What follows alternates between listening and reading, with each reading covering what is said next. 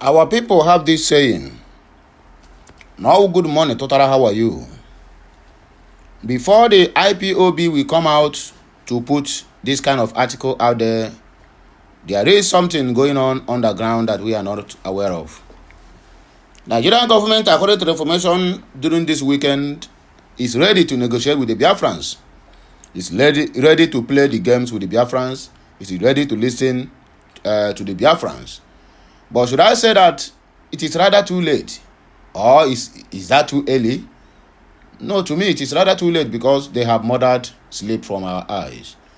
But it is not within my own power to decide whether it is too late or too early. Let me leave the just come happy so that let my people decide on what to do, because this movement, let us go, is not a movement of one person. It is a movement of, it is a crowd. Let us move. Let us go. Let us go back to our homes. So the Biafrans, on my comment sections, please be civic in your approach. Let me know what you think at the comment section, because Nigerian government has now made it open danger that they are willing to negotiate with the Biafrans in the coming days. Okay, let's see what happens. I know that they have been having a series of meetings with Martin Nnamdi Kanu. Maybe it didn't work out for them, and now they want to come out openly to let us know that they are ready for negotiations. But notwithstanding, we are equal to the tax. We have gotten to the Rubicon, so there's no going back. The act of desperation, IPOB dragged Nigerian government down a negotiation cliff and to finishing line. We are at the finishing line now, so the Nigerian government are ready to play the card. Well, I would not like to waste much of our time. I think let us go straight to the reason why we're here this morning. Like, share, comment, and make sure you keep subscribing for more interesting videos coming your way. So this message requires everybody's attention. Your comment, your contributions really matters a lot. So drop your opinion at the comment section of this video. If you never subscribe, I don't know what you're still waiting for. Please kindly subscribe to our channel for more interesting videos. Let's go there. Happy Monday to you all once again. It is now almost universally acknowledged that the Muhammadu Buhari's era was a disaster. Yet, most Nigerians still misread the true reasons behind the removal of Goodluck Jonathan. It is difficult to explain to an average Nigerian that Jonathan's exit became inevitable the moment the late Dora Akunyili courageously exposed the death of President Omar Musa Yar'Adua. That singular moment set in motion a chain of events deeply rooted in social engineering.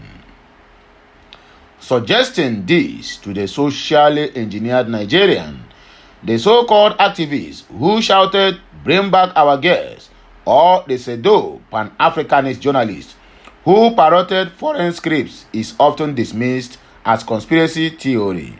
But it was not in the foreign policy interest of the true owners of Nigeria for a Goodluck Jonathan to remain president. Nigerians were programmed to believe that Buhari was the solution to an inorganic problem called insecurity. In truth, they were victims of deliberate programming. They were conditioned to develop Stockholm syndrome, obsessively seeking salvation from the same oppressive colonizers who created the same crisis.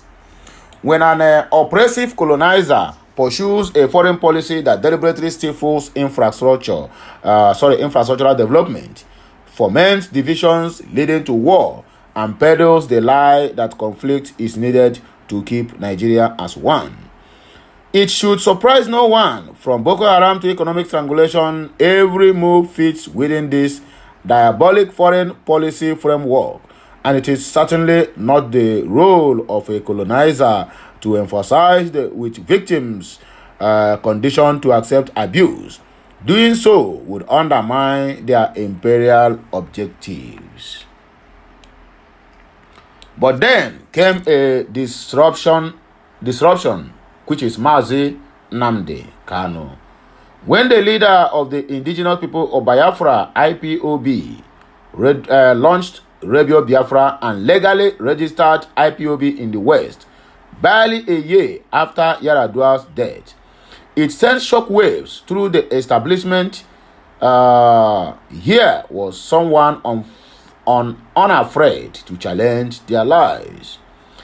dismantle their artificial borders, and expose their hypocrisy.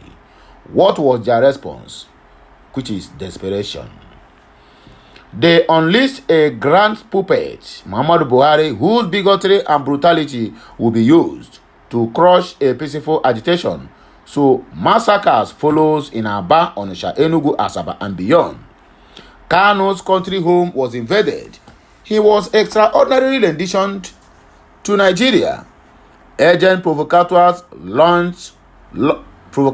were unleashed to smear IPOB. Yet, all of it failed.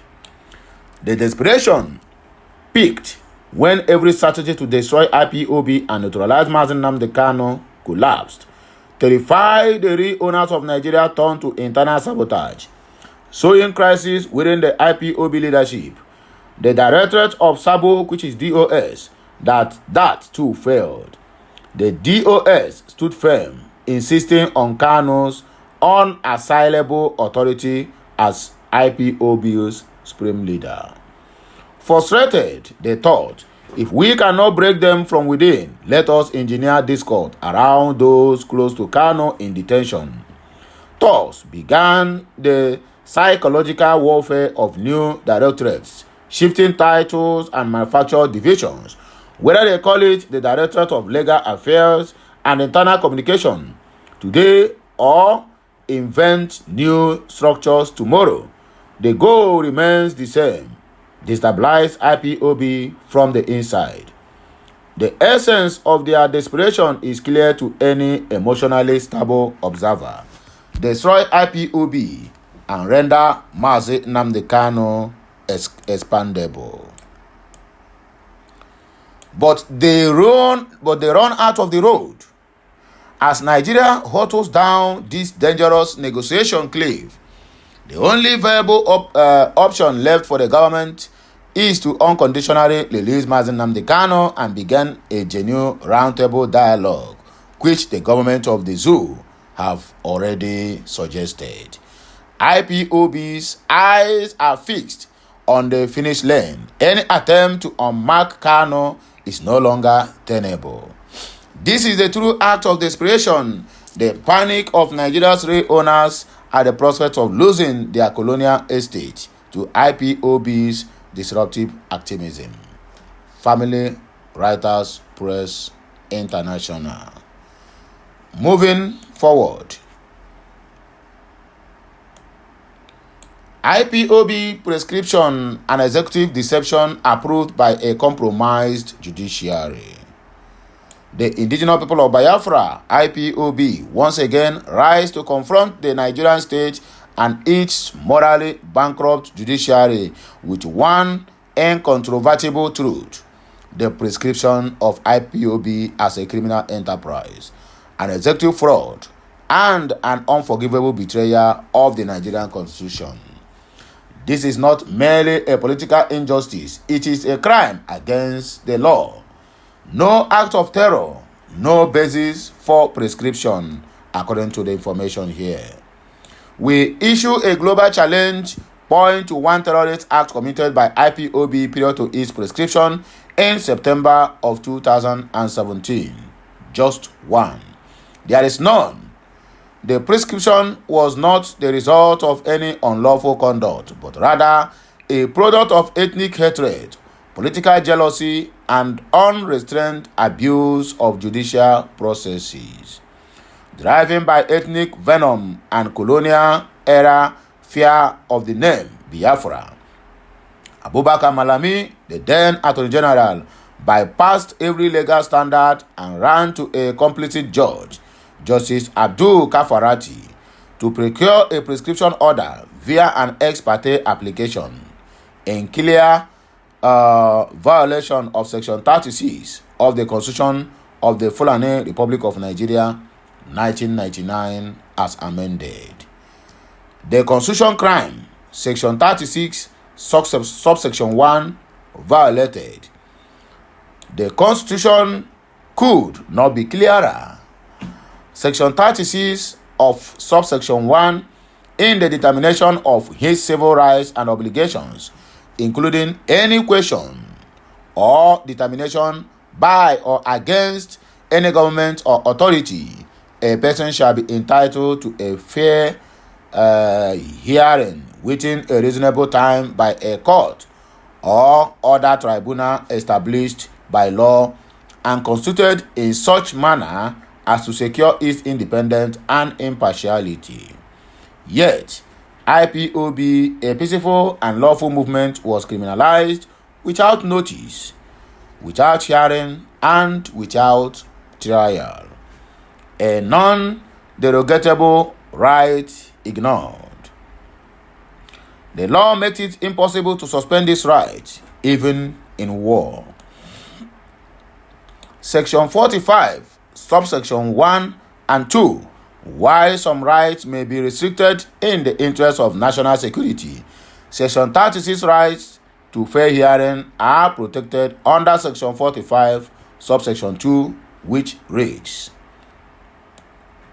nothing in this section shall be construed as derogating from the previous sections 36H of this Constitution. And Section 36 further provides, no person shall be held to guilty of a criminal offense unless that offense is defined and the penalty is prescribed in a written law. In other words, you cannot punish, prescribe, or criminalize a group or individual without placing them on notice, giving them a hearing, and defining an offense under the law. Yet, Nigeria committed this constitutional hearsay in broad daylight. The unanswered question, why no appeal? In a valid adversarial and fully argued court decision, the Federal High Court ruled that IPOB is not an unlawful society. That ruling was never appealed. It means the law, binding on all parties. So why did the same government go forum shopping to get Justice Kafarati to issue a contradictory ruling without hearing from IPOB? This is the very definition of judicial ambush, a forum-shopped, politically engineered travesty. IPOB is peaceful. Biafra is a right, not a crime. The only crime IPOB committed was daring to peacefully advocate for Biafra. We did not kill, we did not bomb, we did not burn, but we were punished because we are Igbos, because we dare to speak the name Biafra. The same judiciary which held IPOB is not unlawful cannot turn around to criminalize it through the back door. That is not law. That is injustice dressed in legal robes. When constitutional crimes are sanctified by the court, Justice Kafarati's ex parte order is not only unlawful, it is a betrayal of the very constitution he swore to uphold.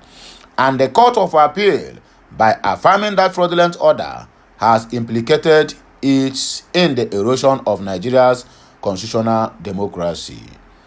Let it be declared, you cannot use national security as an excuse to suspend constitutional rights that are clearly marked non-derogable.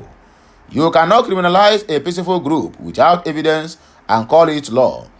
You cannot ignore Section 36 and still claim to be a country governed by the rule of law. The question that must be answered by the so-called Nigerians. Henceforth, every Nigerian, every journalist, every judge, every politician must answer this very question. Where is the evidence that justifies the prosecution of IPOB in 2017?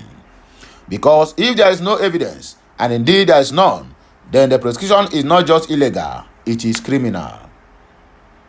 Conclusion: justice will not be silenced.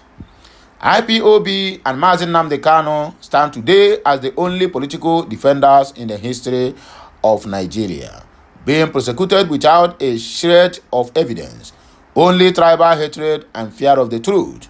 The world must know that IPOB was proscribed not for what it did, but for what it dared to dream. Biafra. We will remain peaceful, we will remain focused, but we will not be silent. No amount of judicial fraud, executive violence, or media blackmail will erase our identity, destroy our resolve, or suppress our truth. Let the Constitution speak. Let justice prevail. Let Biafra rise.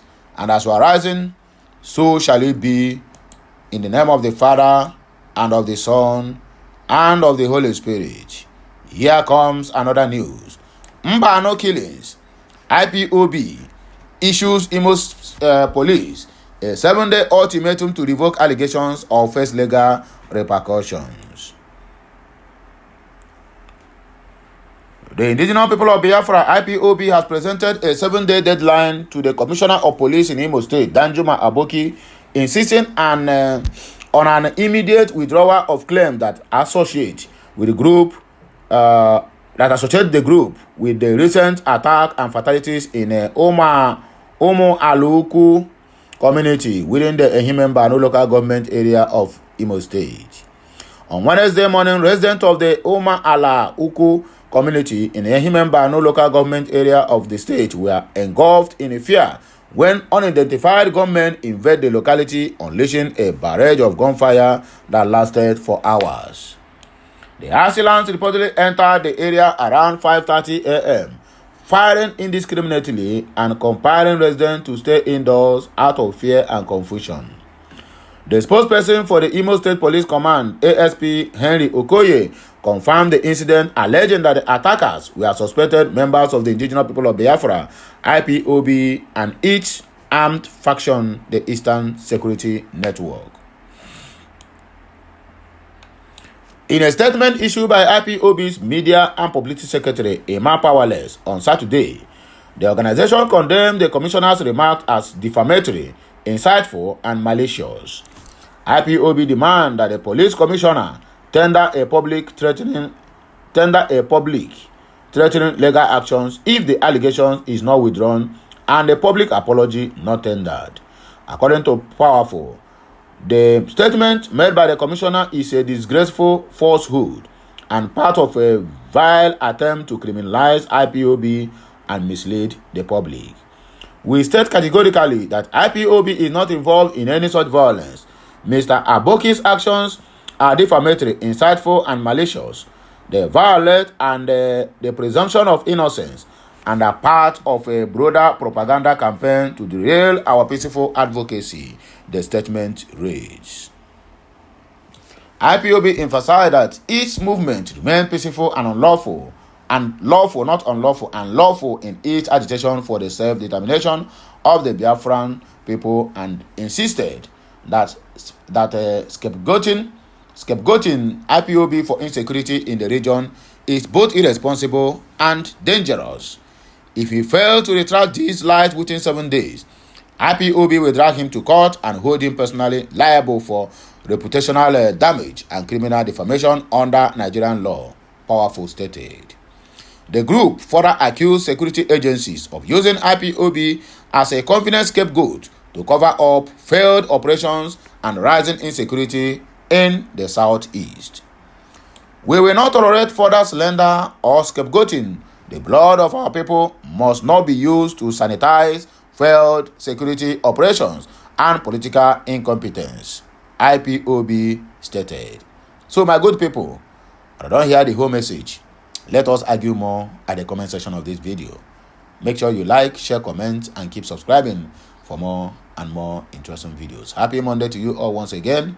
It shall be well with all of us. Catch you next time.